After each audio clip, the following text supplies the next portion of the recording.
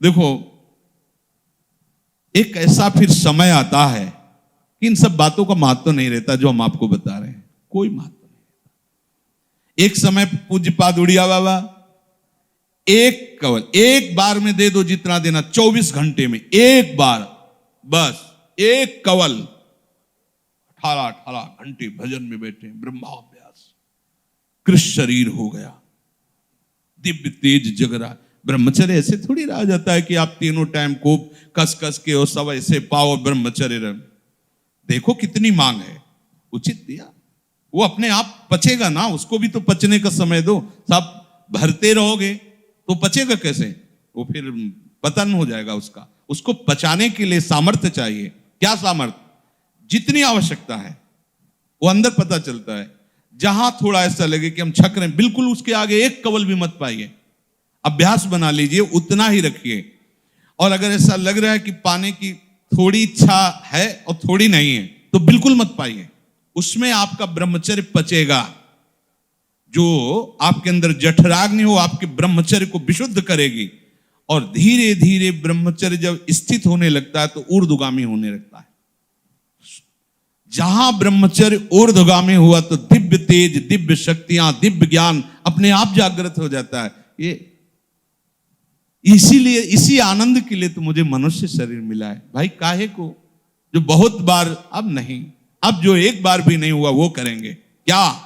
भगवत आराधना, संयम से रहकर प्रभु के मार्ग में चलना। ये आहार पर ध्यान दीजिए, सारा का सारा परमार्थ का इसी पर टिका है, इसी पर, आहार पर। जिसको कश्यप जी से उनके गुरुदेव कह रहे कि जिसको इस मनुष्य जन्म में पूर्व पुण्य कर्म या संत महात्माओं की कृपाओं से मुक्त होना होता है, उसके ऐसे लक्षण प्रकट हो जाते हैं। वो शरीर के जितने भोग हैं उन भोगों में उसका विचार प्रकट होने लगता है। कब तक? कितना खाते रहेंगे, ये कितना देखते रहेंगे, कितना भोगते रहेंगे, ये प्रारंभिक विचार प्रकट होने लगता है। मन कहता है ये संयोग कब तक रहेगा, कितना कितना विचार, अंदर विचार प्रकट होता है। उस विचार से उसके हृदय में इस शरीर और इन भोगों की जलन से मुक्त होने की इच्छा जागृत होती है। अब वो दानम व्रतम ब्रह्मचर्यम यथोक्तम ब्रह्मधारणम दमः प्रशांतता चैव भूतानां चानुकंपनम संयमाश्चानृशंस्यं च परस्वादानवर्जनम व्यलीका नामकरणम भूतानां मनसा भुवि माता पित्रोश्च शुश्रूषा देवतातिथि पूजनम गुरु पूजा घृणा शौचम नित्यमंद्रिय संयमम। अब उसके हृदय में उदारता प्रकट होती है। क्या? वो अब संयम में आने लगता है। कम आहार करना, सात्विक आहार करना। यार, आहार से प्राणी पोषण तो करना, चाहे जो कुछ पाओ, इस पर तो भाई संयम करना पड़ेगा। कुछ काल तक आप करके तो देखिए। अभी आपने आहार का केवल देखा है हिसाब, तो आपकी दशा क्या है? आप थोड़ा संयम में आइए और रसेंद्री के मांगे हुए आहार को कम दीजिए। मान लीजिए ये जन्म थोड़ा इसमें लगा दीजिए, आप देख लीजिएगा। केवल प्राण पोषण होता है आहार से, लेकिन जब आप रसेंद्री से युक्त होकर फिर वो आपको और भोगों में फंसाएगा, बच नहीं सकते, पक्का नहीं बच सकते। संभालना पड़ेगा, संभालना पड़ेगा। जब तक आपकी रसेंद्री ठीक नहीं होगी तब तक आप हमारी बातों को धारण करने की योग्यता नहीं प्राप्त कर पाएंगे। समस्त इंद्रियों में चांचल्यता प्रकट करने वाली प्रमुख इंद्री रसेंद्री है, जिह्वा। इसको संभालिए, संभालिए। जगह जगह ये बात शास्त्रों में पाई जा रही कि बहुत साधना में इसका योगदान है, रसेंद्री का। बहुत संयम में रही। हमने बहुत से संत भगवान को देखा है। अब ये जो विचरण करने वाले महात्माओं घटना होती कि भाई 35 रोटी पा गए, ये पा, अब 8 दिन भोजन नहीं मिला तो 35 रोटी क्या करेगी? एक बार में पा लिया, फिर 5-6 दिन के लिए फुर्सत, वहां कुछ विकार थोड़ी आने की जरूरत है। हाँ, जब आपको बाल भोग मिल रहा है, राजभोग मिल रहा है, शयन भोग तीनों टाइम मिल रहा है, तो अल्पाहार, थोड़ा थोड़ा सात्विक आहार, भजन, हर समय आप बैठ सकते हो, ऐसी हो। अब वो ब्रह्मचर्य व्रत को धारण करेगा, उदारता, संयम, खान पान, ये सब, और ब्रह्मचर्य। सच्ची मानिए ये अलौकिक व्रत है। ब्रह्मचर्य धारण करने वाले को बादाम, हलवा, घी की जरूरत ही नहीं भाई, बिल्कुल सच्ची मानिए। जैसे तप्त भूमि में पैर कैसे पड़ता है, एकदम ऐसी बिजली रहती ब्रह्मचारी के शरीर, बिजली 60-60 किलोमीटर बिना विश्राम किए चलते देखा है। पीछे भी चर्चा की थी, हम हार गए। कमंडल हाथ में छड़, ब्रह्माकार वृत्ति, चले जा रहे। कब आहार मिलेगा, कब विश्राम, कोई मतलब नहीं। आहार, भगवदाकार वृत्ति, ब्रह्मचर्य अत्यंत आवश्यक। जिसे आप खिलवाड़ समझ रहे हो, ये बहुत बड़ी हानि है। जिन लोगों को ऐसा लगता है कि ब्रह्मचर्य छीण करके हम घी दूध पी करके, या मकर और कौन सी भस्म और स्वर्ण भस्म, मकर ध्वज और क्या क्या, भाई ये सब उसकी पूर्ति नहीं कर सकते।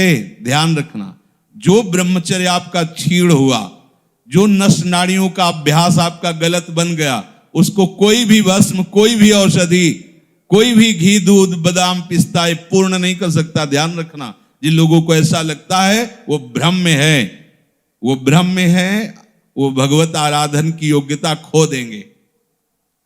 ब्रह्मचर्य अत्यंत आवश्यक है। नींद पर काबू पाने के लिए, शरीर पर शासन करने के लिए, मन पर शासन करने के लिए, दिव्य आनंद का अनुभव करने के लिए ब्रह्मचर्य नींव है, नींव।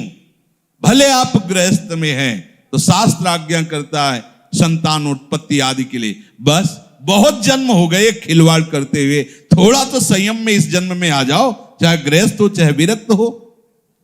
ऐसी प्रवृत्ति जो हम अनेक जन्मों से करते आए हैं, वही इस महामहिम मनुष्य शरीर को प्राप्त करके हम पुनः गलती दोहरा रहे हैं।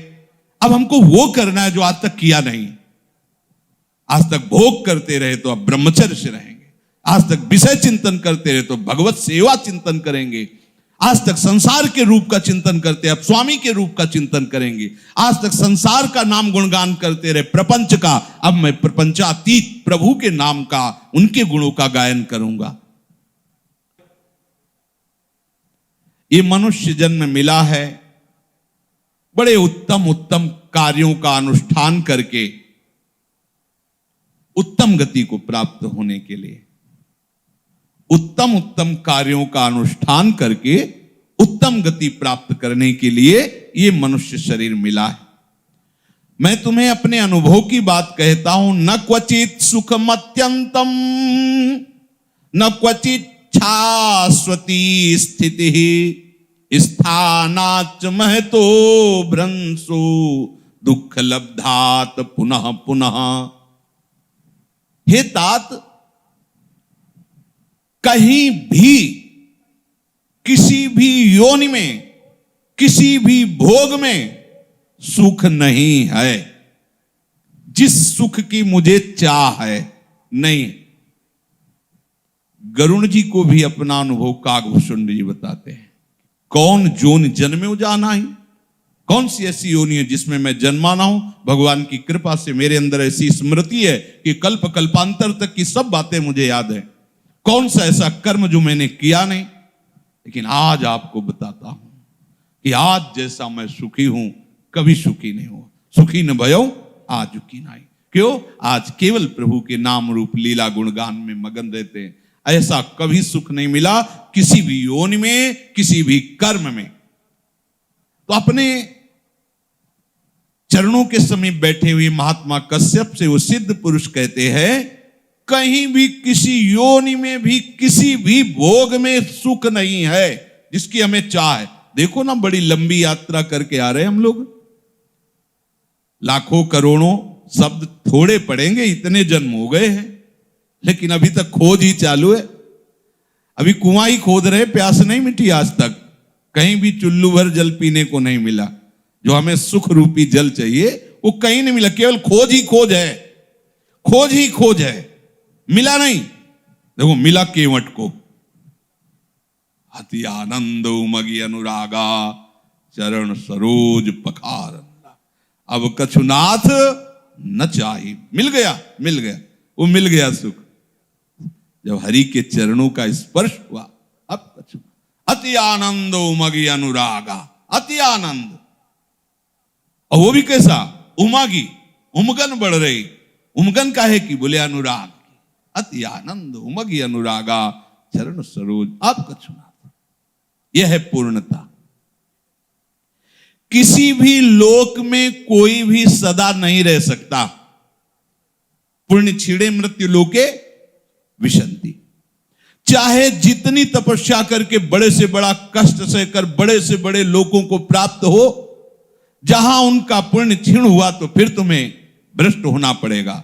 स्थानाच्च महतो भ्रंशो दुख लब्धात पुनः पुनः, अर्थात यहां से लेकर ब्रह्मलोक तक चाहे जितनी तपस्या, तप लोक, जन लोक, जो स्वर्ग लोक, जहां जाओ, तुम्हारे पास जितना पैसा है उतना खर्चा करो, फिर आ जाओ कर्म भूमि में।